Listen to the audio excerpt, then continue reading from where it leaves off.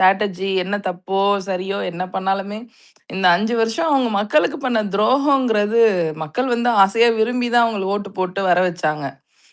சரி வரட்டும், சேஞ்ச் இருக்கட்டும், இபிஎஸ் வேண்டாம் முடிவு பண்ணி இவங்களுக்கு ஓட்டு போட்டு வந்து, சரி ஏதோ நல்லது பண்ணுவாங்க அப்படின்னு நெனச்ச மக்களுக்கு அவனுங்க துரோகம் பண்ணது தான் வந்து மக்களால புறக்கணிக்கப்படுறதுக்கு மெயின் ரீசன். நீ என்ன ஸ்ட்ராட்டஜி பண்ணு, என்ன பண்ணு, நீ மக்களுக்கு என்ன மேடம் பண்ணங்கிற அதுதான் கேள்வி அது என்னன்னா மேடம் துரோகம் இந்த சென்ஸ் அரசியல்ல வந்து நீங்க 100% யாரையுமே சாட்டிஸ்ஃபைட் பண்ண முடியாது.